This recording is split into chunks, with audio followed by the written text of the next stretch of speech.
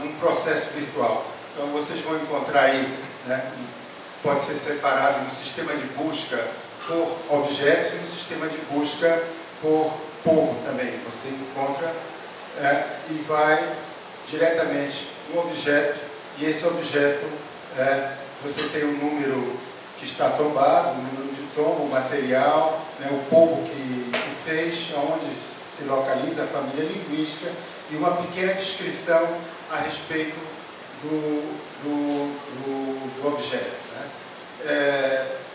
Nesse museu virtual, que nós estamos chamando, nós incluímos também 1.500 fotografias. Eu acho que é aí que eu vou me deter mais nessa apresentação. 1.500 fotografias que pertencem à coleção. Essas fotografias, elas estão colocadas, né, de acordo com o próprio Carlos Estevam organizou essas fotografias. Ele organizou em álbuns, né, e aí estão os nomes dos álbuns, né? Nós não mudamos, é o olhar do colecionador sobre as próprias fotografias, e essas fotografias estão também relacionadas de um período de 1909, temos fotografias de 1909 e temos fotografias até de 1942, 46. Né? São fotografias também, e algumas, principalmente as dos índios do Nordeste, são fotografias do próprio Carlos Estevam, quando esteve aqui em 1935, 36, que ele andou por aqui pelo estado de Pernambuco e também pelo estado do Ceará, que nós vamos depois ver, tem uma tese, uma dissertação de mestrado do Alexandre, onde ele encontra no Museu do Estado do Ceará, né, uma documentação informando que o Carlos Estevam esteve por lá. Então são essas fotografias que eu vou falar um pouco sobre elas e que está dando uma dimensão bastante significativa, ou melhor, está provocando uma dinâmica bastante interessante nos povos indígenas aqui, principalmente aqui de Pernambuco. Né? Se vocês entrarem nos blogs de alguns índios aqui de Pernambuco, vocês vão encontrar essas fotografias sendo reproduzidas nesses blogs. E o que é interessante é que algumas delas, uma dessas fotografias, né, sobretudo entre os Pancararu, fez com que certas práticas, né, que haviam sido esquecidas, ou certas práticas, né, de organização e de confecção de objetos, elas estão sendo retomadas a partir dessas fotografias. Uma das coisas que nós chegamos a encontrar nessas fotografias, e é interessante, nós encontramos uma série de 75 fotografias que nunca foram publicadas, que são fotografias do Curti-Nimandaju, né? Fotografias que estão guardadas, cujo não encontramos outros lugares. E essas colegas nossos estão trabalhando com estudos nessas fotografias, e aí eu vou falar de dois grupos de fotografias que são bastante interessantes. Nessas dos índios, que hoje nós chamamos Rancocamecrá, né? E as fotografias dos índios do Alto do Rio Negro, que eu estou trabalhando. São 17 fotografias que Curti-Nimandaju fez em 1927. Nunca foram publicadas e que hoje estão, né, nesse acervo, e que nós vamos publicar de uma maneira que possam servir tanto para pesquisadores, mas que possam, sobretudo, servir para os povos indígenas, os quais essas fotografias retratam. Né?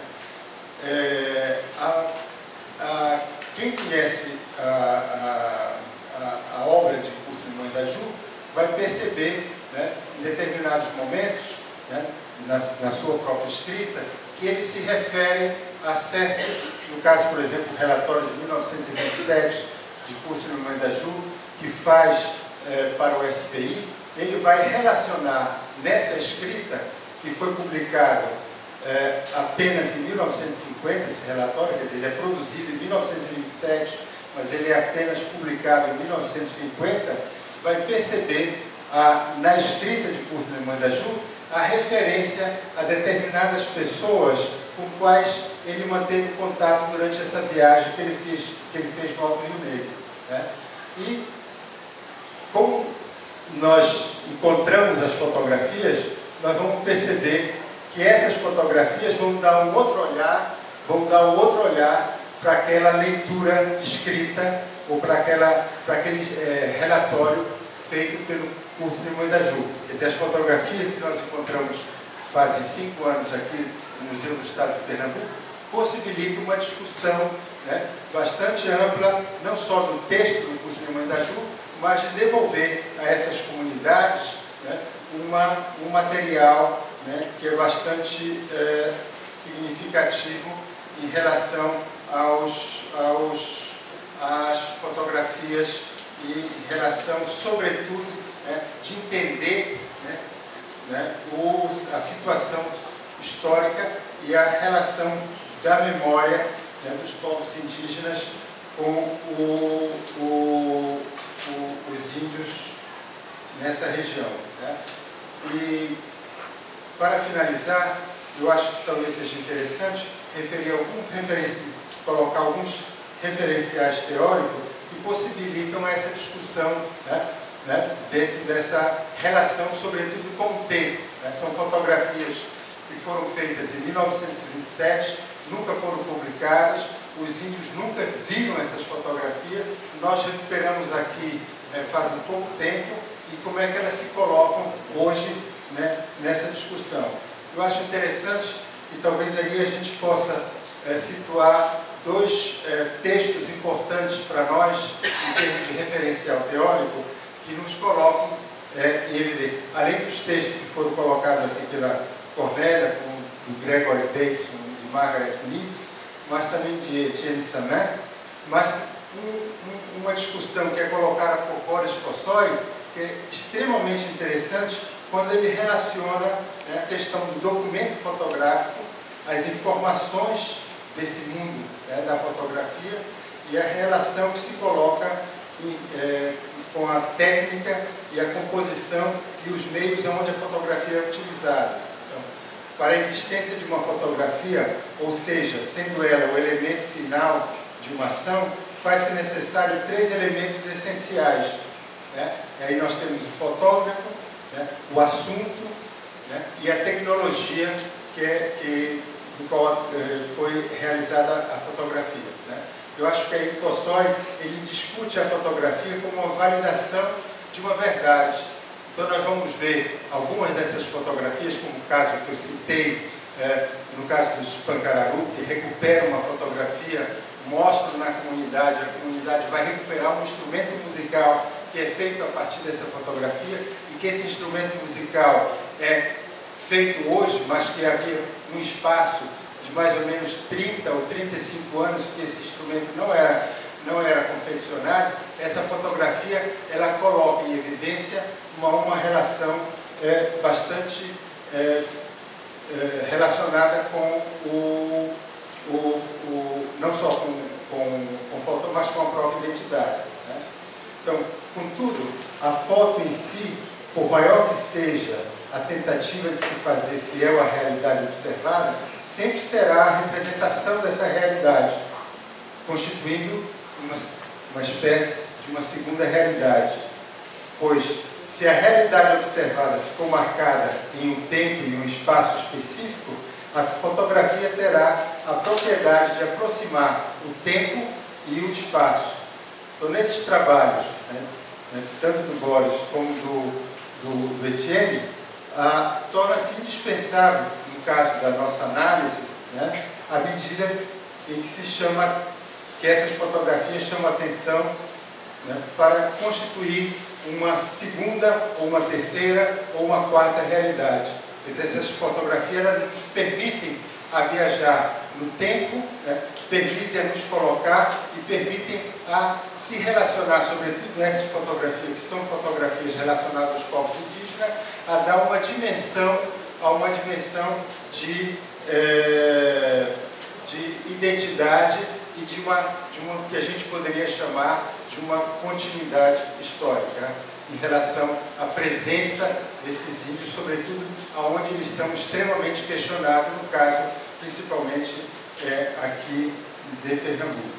Então nós podemos perceber esse espaço, que é um espaço museal, que é um espaço de museu, mas que permite, né, nos colocar diante de uma pesquisa, né, que se relaciona à memória, né, à questão da fotografia, da imagem, né, e a relação que se tem com essa identidade. Teria muito mais outros assuntos que nós poderíamos colocar aqui para a discussão, mas o que é interessante falar, e aí eu vou finalizar com essa observação, é que essas fotografias que durante um espaço de quase 30 anos estiveram, vamos dizer assim, escondidas, hoje, né, estão de um processo dinâmico onde elas participam de eventos, né, exposições dentro das áreas indígenas e que retomam uma discussão sobre a própria identidade. Eu acho que basicamente é isso, porque o nosso tempo também está muito curto, né? E eu termino aqui convidando vocês a visitar esse museu virtual e essas fotografias, que eu acho que aí vocês vão perceber, né, a dimensão, essa dinamicidade, não só a partir de um tempo, porque são fotografias de 1909 e fotografias até 1942, colecionadas por um colecionador, que foi o Carlos Estevam de Oliveira. Bom, termino por aqui.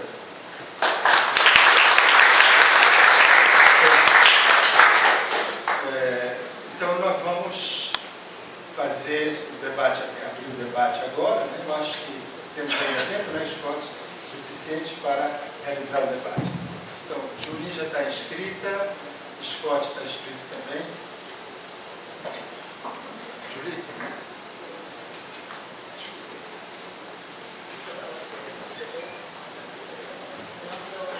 Obrigada. Consegui capturar o microfone antes do Perry. Não, eu queria primeiro parabenizar nessa mesa, que me senti totalmente contemplada, né? Que realmente, assim, eu acho que é um bom reflexo do que se faz, né, na interface da antropologia, do patrimônio, da imagem, né, em museus. E tanto a Cornélia, né, com esse panorama das pesquisas, né, que ela apresentou, né, sobre a imagem. E eu acho que, acredito que estamos num momento interessante, né, que com essas novas tecnologias a gente consegue compartilhar melhor as nossas pesquisas, nossos saberes, tanto entre nossa comunidade acadêmica quanto fora, né, dos grupos organizados ou não, né. Quer dizer, uma pessoa que está interessada, que está fora de qualquer circuito, de repente pode entrar nessa roda. Também, eu acho que também é uma ocasião da gente, como estava falando naquele dia, dos próprios grupos com essas experiências de museus virtuais, né, dos próprios grupos, e recuperar, né, sua própria história, sua memória, e de ações bem interessantes. Agora, eu teria duas questões pontuais em relação aos quilombos e do patrimônio tanto material quanto imaterial, porque tem algumas experiências, né, de trabalho em comunidades quilombolas e também em patrimônio imaterial, e eu tenho a impressão que essas agências não se comunicam, né, que não tem, quer dizer, que quando você faz um relatório antropológico, você tem que fazer algumas recomendações, o relatório vai para as diferentes instâncias, e eu estou me perguntando, será que o IFAM recebe, lê? Será que tem alguém do Ministério Público que está encarregado de ver esses relatórios? Como é? Porque o relatório sai do INCRA e, bom, vai para o Ministério Público, mas eu, como pesquisadora, nunca tive resposta, retorno, né? Então, o que acontece? O que acontece com as nossas recomendações? Porque nos relatórios, né, pelo menos antropológicos, a gente tem que fazer recomendações e, sobretudo, né, quando se trata de patrimônio imaterial, né, mas, sobretudo, imaterial, né, porque tem uma legislação bastante dura. né? E assim, eu estava querendo também saber se tem recentemente, depois dessa leva desses relatórios, se tem alguns tombamentos efetivos, né? Que a gente sabe de alguns tombamentos de lugares, de monumentos, né? Dessas comunidades quilombolas. E como isso, se for o caso, como isso foi, né, aconteceu. Eu tenho a impressão, assim, conhecendo o IFAM, né, que essa informação, essa circulação é meio complicada, né? E, sobretudo, que eu acho que é difícil a gente também ter essa separação entre o patrimônio material e imaterial, no caso desses grupos, né, indígenas, quilombolas, etc. Obrigado, Julie. Então, nós vamos fazer um grupo de 4 questões ou 5. Um exemplo interessante que a gente estava sempre nesse seminário lidando com a ideia de antropologia aplicada, antropologia prática, antropologia implicada, antropologia também que é teórica, né? E tem um jogo mais forte entre o teórico e técnico aqui dentro das imagens. Eu queria ouvir falar um pouco sobre que tipos de questionamentos, que tipos de oportunidades de discussão de teoria e técnica e a relação entre eles esse campo abre. E talvez a razão que eu levantei a mão, isso foi uma pergunta que eu pensei posteriormente, mas a razão que eu levantei a mão é que esses museus, como eu falo, são mais abertos, esses museus que a gente vê exatamente como interagem. Quando eu penso no problema que eu não sou um estudioso no museu, né, sempre pensei com uma questão que a gente realmente tinha que ligar com uma questão política muito grande, e é a questão de repatriação. Como é que a antropologia visual tem mudado a maneira que se trabalha a noção de repatriação? Alexandre?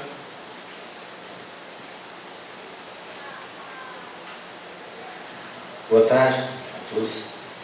É uma questão pontual e vou dar alguns dados. Na verdade, a questão para a mesa é o que significa para a antropologia brasileira esse processo atual, e aí acho que faço uma ponte com a fala do professor Renato, de apropriação dessas ferramentas de representação pelos que foram classicamente representados, né? Então, na área que eu estou estudando, que são os museus indígenas, a gente vê um crescimento muito grande nos últimos anos desses museus. Por exemplo, no último edital do IBRAM, os pontos de memória, a gente tem mais de quase 10 iniciativas de museus indígenas sendo contemplados. Por outro lado, nas esferas do patrimônio, né, professor Tito, a gente tem 2 expressões indígenas já como patrimônio, né, a cachoeira de Iauareté e a pintura corporal dos Uajampi. Então, fora os próprios terreiros, né, que vêm sendo tombados desde a década de 80, 90, com todas as contradições desses processos, já que se tratam de espaços físicos dinâmicos.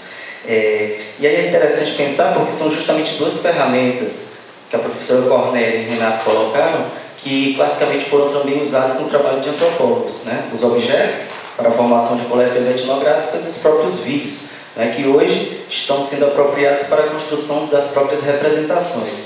Então a questão seria refletir um pouco sobre esses processos de apropriação e os seus significados na própria teoria antropológica, na antropologia fabricada no Brasil. Era isso.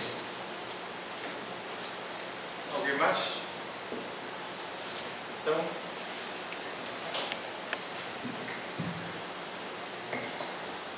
Obrigada por esses pequenos desafios que exigem enormes reflexões, e vejamos como é que a gente pode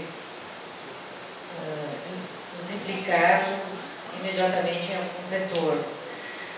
É fundamental entender que, na medida em que, não sei se a antropologia visual, nós perdemos muito tempo, nos congressos há 10 anos atrás, discutindo se a antropologia visual era uma terminologia adequada, ou antropologia audiovisual, ou antropologia sonora, ou antropologia imagética, enfim. Depois nós notamos que não adiantava, em termos técnicos, o CNPq ou a CAPES nos estruturava dentro de uma terminologia específica de campo de conhecimento, e aí paramos de perder esse tempo, tanto faz como somos denominados, e passamos a refletir cada vez mais sobre a criação propriamente dito e o processo de formação.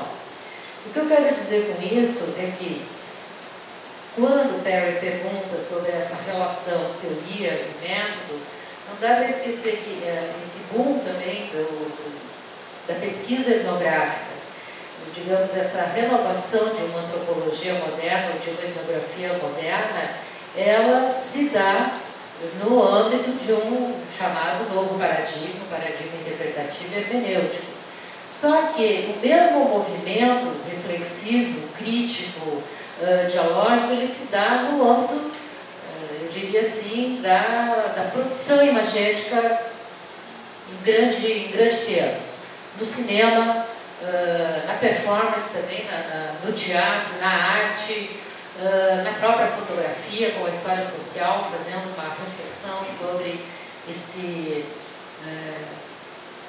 essa imagem, essas representações, enfim, essas figurações, como diria Benjamin, né, sobre a técnica fotográfica. E, na realidade, o Jean Rouch, o cinema verdade,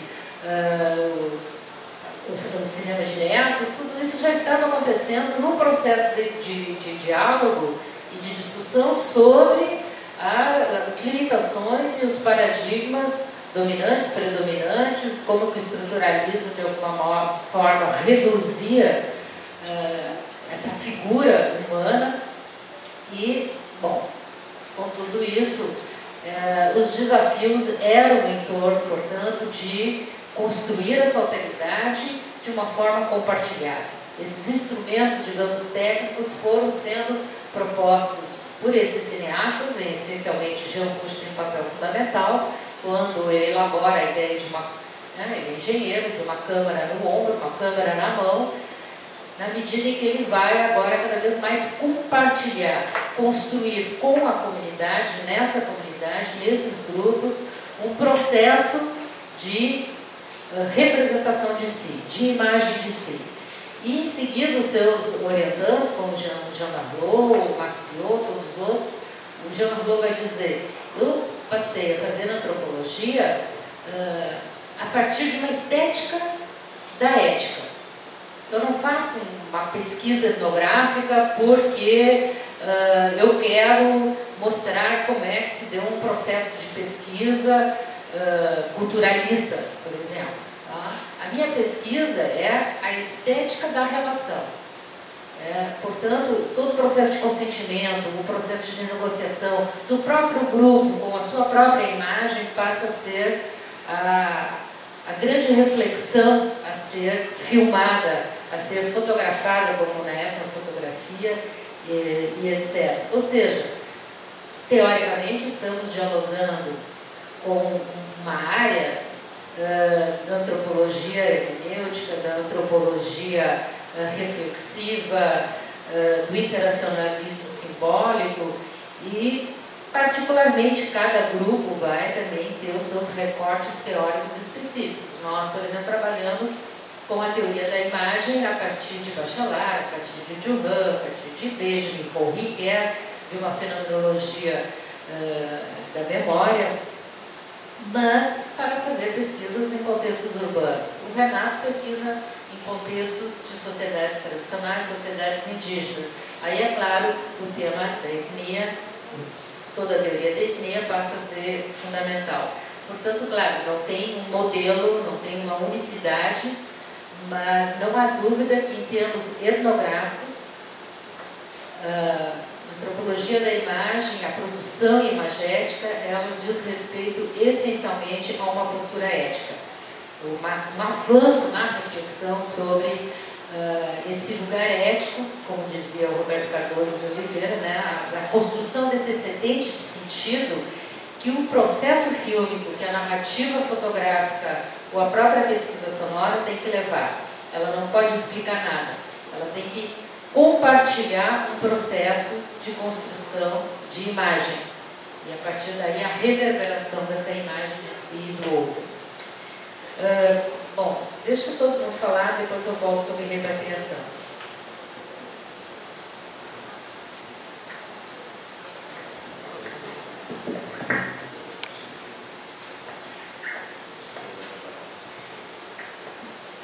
E desculpa, eu não havia reconhecido você. Parece que deu um jeito diferente do seu cabelo, né? Mas achei pertinentes as suas perguntas, porque inclusive eu trabalho com elas no relatório completo e estou continuando a fazer a parte analítica e quero te dizer que deste relatório pós-doutorado que eu concluí no início de 2010, só agora que eu mandei um trabalho para a publicação do GT Patrimônio da ASA, que vai sair na RBA. Esse é o primeiro trabalho a partir desse relatório onde eu foco essas questões. E um outro capítulo de livro que vai sair, deverá sair, entreguei esta semana para uma coletânea que vai aprovada pela Fundap aqui em Pernambuco. As agências não se comunicam, infelizmente. Eu uso a expressão um pouco forte, meu relatório é um diálogo de surdos. Há um diálogo de surdos. Isso muitas vezes não por decisão dos técnicos. E aqui eu queria até prestar um pleito de admiração. Eu via lá em Brasília, quando eu chegava no IFAM, para fazer uma das partes do trabalho de campo, né? Os técnicos do IFAM do Distrito Federal, sobretudo, as pessoas fazendo serão até 9, 10 horas da noite lá, envolvidas plenamente com o trabalho. Agora, a problemática é que, uma vez, se não me engano, foi o Chapeira que falou, da incapacidade de alinhar, de interagir com discursos diferentes. Se não me engano, o Chapeira, num texto publicado na coletânea de Antropologia Contemporânea, foi publicado por Bela Bianco. O INCRA está, vocês sabem, que trabalha com o Quilombo, né? Que está indo razoavelmente bem nos projetos de titulação. Aqui e ali escorregando em coisas, mas está indo razoavelmente bem, vencendo os entraves que coloca, inclusive entraves dentro da própria máquina governamental. Eu tive agora 2 semanas atrás, lá no Negro de Gilu, o quilombo lá à beira do lago de Itaparica, e quem está travancando o processo de titulação e o processo de rearrumação do quilombo num território, que eles foram desalojados pela barragem, é a FUNAI de Brasília. Até me pediram muito, para eu vou até depois começar com o Renato, para entrar em contato com essa dona Conceição, que me falaram da FUNAI de Brasília. A Conceição foi bem. Mas está indo de qualquer modo. Com respeito à questão quilombola, do tombamento, esse documento de 2008 cita e se baseia nos pontos de vista de Ilka Boaventura Leite e Alfredo Wagner de Souza. Quer dizer, o documento faz um diálogo com a antropologia, que já foi um grande avanço dentro do Departamento de Patrimônio Material, né? Agora, não existe ainda tombamentos efetivos. O que eu encontrei no IFAM Nacional, na época, em 2009, 2010, era o pessoal se preparando para iniciar uma discussão. No IFAM do Distrito Federal, um grupo mais jovem, que estava lá, inclusive um pernambucano também, que agora vem para aqui, eles estavam já iniciando a discussão, mas lamentando que não tinham permissão nem carros para ir aos quilombos ali próximo em Goiás, né? como você sabe, um local muito rico em quilombos, comunidade quilombola, não tinha disponibilidade que não lhes era concedido pelo superintendente do Distrito Federal. Então, há dificuldades ainda da montagem e com respeito a patrimônio material e imaterial, quando no processo da patrimonialização da Feira de Caruaru e das visitas da equipe do DPI de Brasília, né, Departamento de Patrimônio Imaterial do IPAM, elas diziam para mim: nós temos que acabar com essa história de patrimônio material e imaterial e patrimônio substantivo, patrimônio cultural. Mas só que, se não se fizesse essa distinção, o IPAM continuaria a ser dominado pelos arquitetos. Me desculpe, não tem nada a ver com os arquitetos, mas continuaria a ser dominado por eles.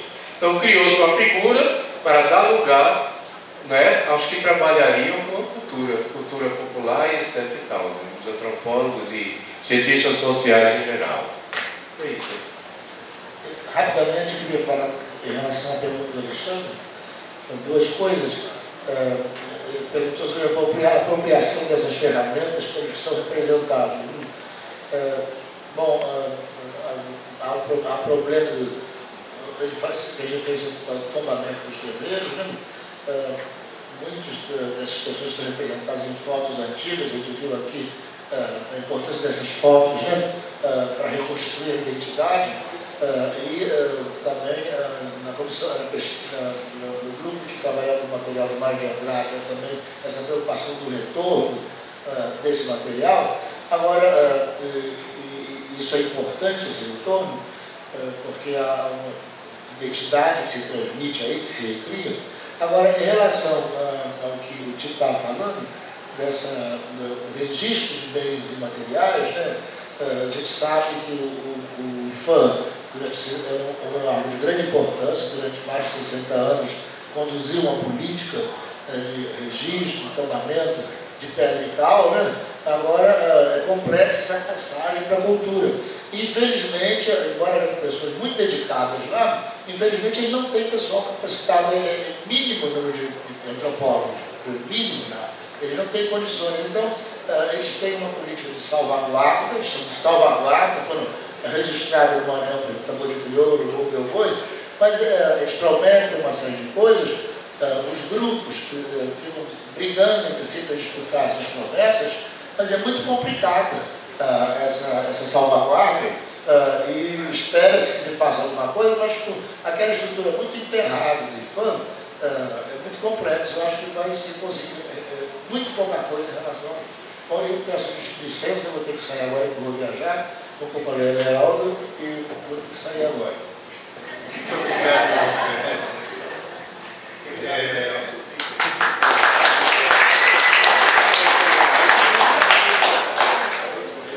Heraldo, uma boa viagem. Boa viagem. Muito obrigado. Boa tarde, tudo bom? Boa tarde a todos. Geraldo, boa viagem. Qualquer coisa se comunica.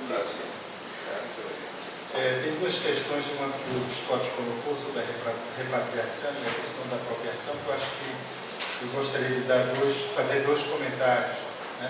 Em relação às fotografias, essas fotografias, essas que eu acabei de mostrar para vocês aqui, elas são apropriadas das diversas maneiras possíveis, né?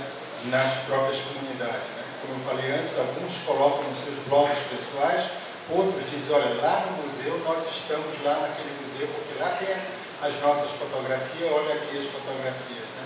E tem servido, como eu falei também, no caso de buscar, né? Recuperar alguma técnica, né? Refazer certos objetos que eles deixaram de fazer por um período, né? No caso específico, no caso dos Pacararu, eles estão continuando a fazer uma flauta que não faziam há muito tempo. E se você entrar no blog, que tem vários blogs aí, eu estou falando da apropriação dessas tecnologias pelos próprios índios, né?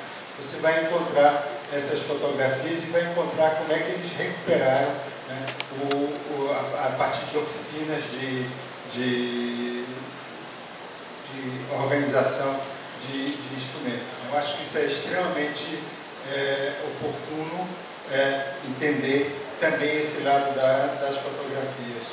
A outra coisa é em relação à repatriação. Né? Alguns desses objetos que estão no Museu do Estado de Pernambuco e que saíram das áreas indígenas nos anos 30, né? Dificilmente pelo menos os povos indígenas aqui no Estado de Pernambuco, não têm essa, vamos dizer assim, um interesse, portanto, de recuperar ou repatriar esses objetos. Ao contrário, está lá, é importante que estejam lá. Mas, por exemplo, outros objetos que eu tenho conhecimento, por exemplo, o Museu Pigorini, em Roma, tem um objeto que foi levado em 1898 por um franciscano chamado Nominato Copo, que levou uma flauta de Jurupari e levou esse instrumento para o museu, que está lá, né? E que não deveria estar lá. Os índios, de 1898 até hoje, reclamam esse objeto. E eles reclamam esse objeto não para que sejam devolvidos a eles. Não, esse objeto deveria ter sido destruído no momento que foi feita a festa de Jurupari. Mas o objeto não foi destruído. Ao contrário, aquele frei franciscano levou esse objeto e que está exposto em Roma, que eles querem essa repatriação não para ter o objeto, mas para destruir o objeto que deveria ter sido destruído. Então nós vamos encontrar diferentes situações quando a gente fala em termos de repatriação, sobretudo de objetos etnográficos. Eu coloco esse exemplo, que é um dos exemplos mais interessantes, que todos os anos tem a carta dos índios pedindo para que, se eles não podem devolver para destruir o objeto, mas que o próprio museu destrua esse objeto. E foi muito interessante que na exposição na França, em 2005, do Ano do Brasil na França, esse objeto foi o que abriu a exposição né, sobre os índios do Brasil. Né? Então, para vocês terem uma ideia de deslocamento em relação a objetos indígenas. Né? Bom, não sei se a Cornélia tinha... Rapidamente, em relação à repatriação, não há dúvida de que a pesquisa com imagem tem permitido um grande avanço, um processo de acompanhamento, pelo menos, razoavelmente simétrico, em relação às políticas de ações afirmativas do mundo inteiro e também de repatriação. Bastante promovidos pela Unesco, tem assim, vários projetos de museus virtuais, museus de imagens, que são construídos, toda a parte fílmica, fotográfica e de arte e de performance também, construída pelos próprios, entre aspas, nativos. Por exemplo, aborígenes australianos que têm muito material na França e que a França não vai repatriar de jeito nenhum.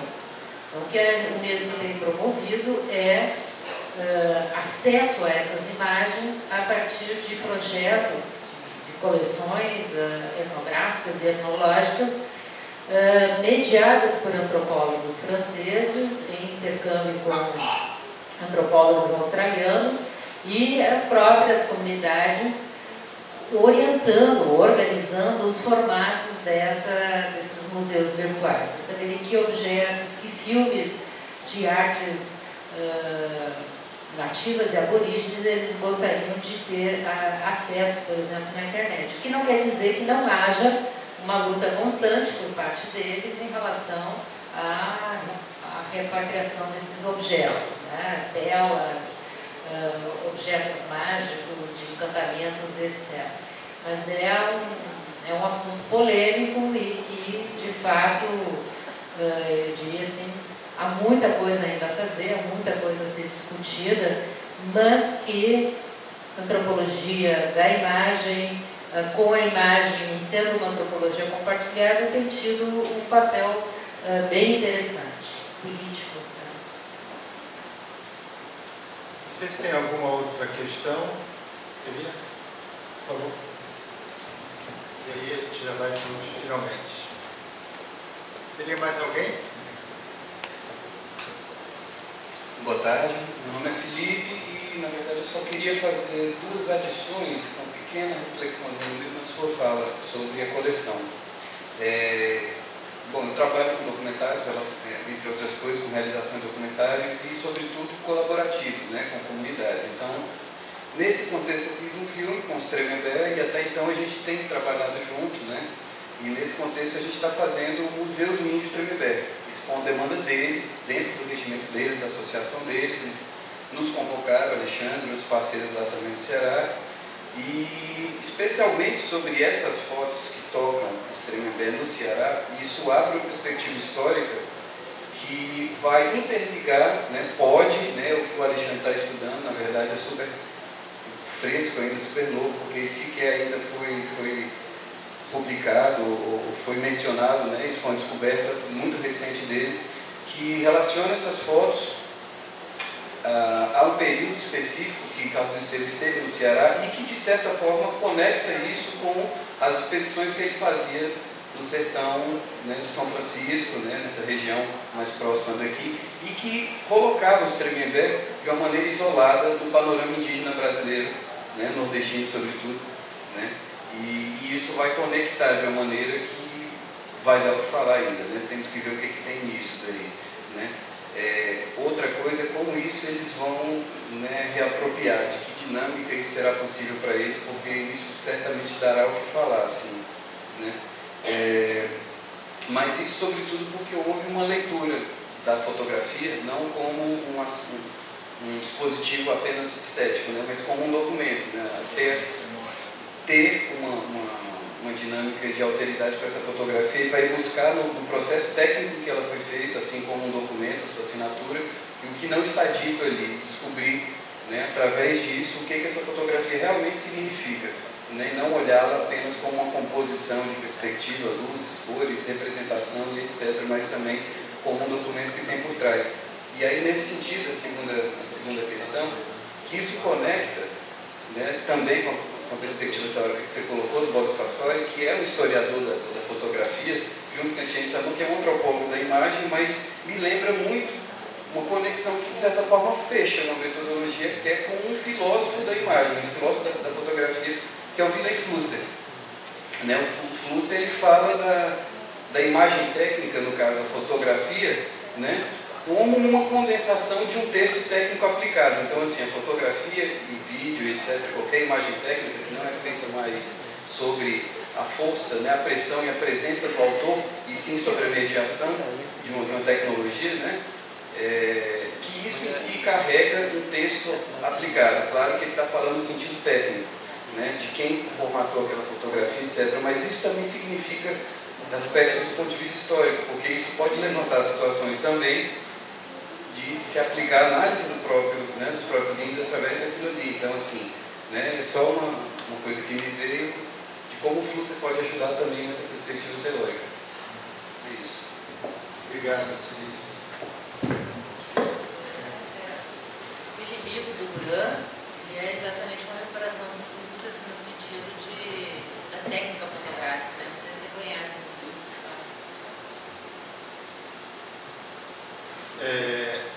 Então, acho que essas fotografias do Tremembé, elas são muito, muito interessantes. Nós fizemos aqui a exposição com elas e foi muito bem, as pessoas ficaram bastante impressionadas, sobretudo da maneira em que elas foram expostas. Nós pegamos apenas o ritual, né, e que foi muito bem. E nós, na ocasião do último Leme, lá no Ceará, eu entreguei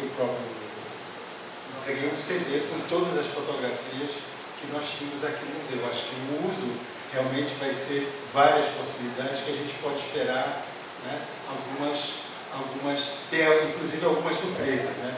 Por exemplo, nós estamos agora com uma exposição dessas fotografias, de 75 fotografias sobre os Rancocamécrá, né, os Canela, que foram feitas por Urso de Moedaju em 1930. Ela acabou de sair semana passada daqui do Recife, do museu, e está agora lá no Maranhão, junto com esses atuais Rancocamécrá, que estão vendo o ritual que faziam do Cocrites, né, que não fazem mais esse ritual.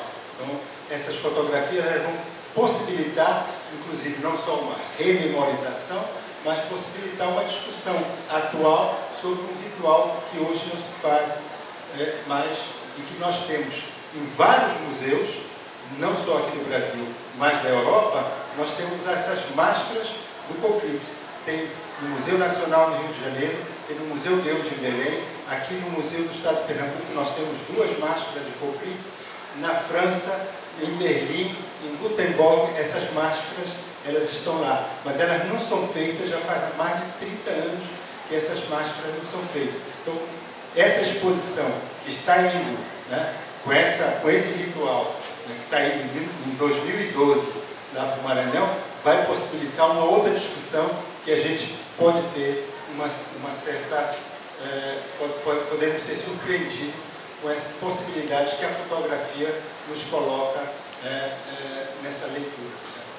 Então era isso, né? Scott está aqui, querendo encerrar, né? Sim.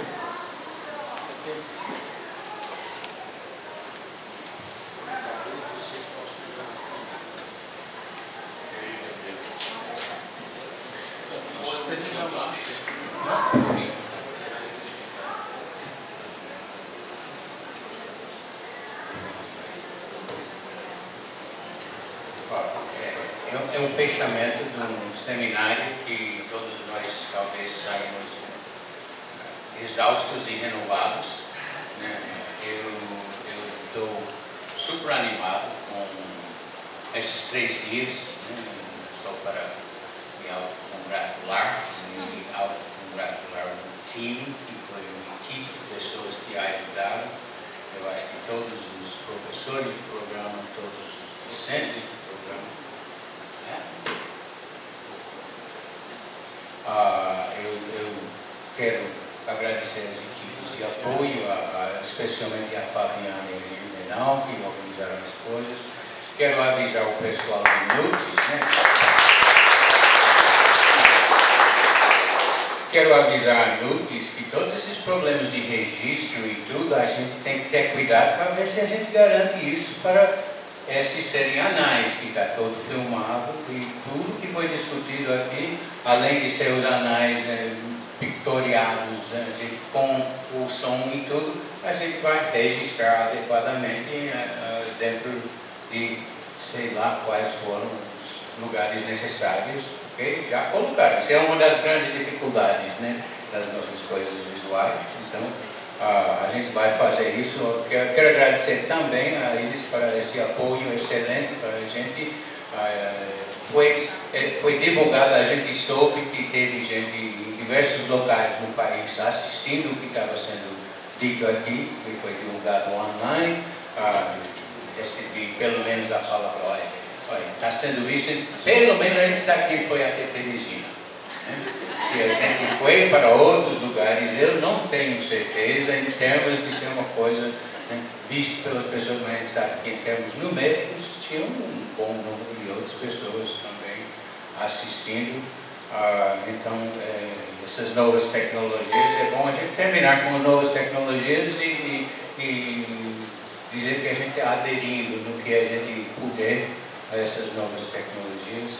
Eu quero dar um outro agradecimento a Carla, que é a secretária do nosso programa, que fez com que esse evento acontecesse, né? A gente poderia ter a ideia de fazer o evento, mas sem o apoio de Carla e as bolsistas que trabalham com Carla, a gente não teria. Ela não está aqui, mas acho que ela merece um salto de palmas também. Eu queria dar todos esses agradecimentos porque eu estou com medo de se eu deixasse esses agradecimentos para depois, né, alguns de vocês, a gente tem um filme. O filme é um filme de pessoas falando sobre uma coisa, não é um filme assim de muita ação, né? Mas ele recupera com um pouco mais de detalhe umas questões sobre a história do nosso programa aqui. Então, eu queria, antes de passar para o filme, simplesmente franquear o microfone a qualquer pessoa que gostaria de comentar alguma coisa, dar dicas para a gente sobre o que a gente pode fazer, ou dizer o que você mais deve fazer, passar logo para frente, né? Mas aí eu queria pelo menos dar essa oportunidade. A gente está acostumado muitas vezes a trabalhar em reuniões que tem horas de avaliação e tudo. Eu acho que a gente deveria dar um espaço para um pouco disso, caso houver quem gostaria de dizer alguma coisa sobre o que experimentaram nesses 3 dias. Com esse entusiasmo todo, a gente tem o filme que a gente vai passar agora, não sei. O filme é 22 minutos e... Esse filme foi feito em 2006 para a comemoração do programa de quando nós fizemos os 30 anos do programa, né? E foi um filme que nós fizemos aqui no nosso Cefis, né? Com os recursos que nós tínhamos naquela ocasião e que nós queríamos colocar todo mundo e as pessoas falando sobre e que nós tínhamos inclusive como chamar o título do filme, né? Qual seria o título do filme, e nós colocamos o título, né? A emergência e a institucionalização da antropologia no Recife. Então, eu peço, tem a história, né, do campo da antropologia aqui no Recife, que nós realizamos em 2006, recuperando a história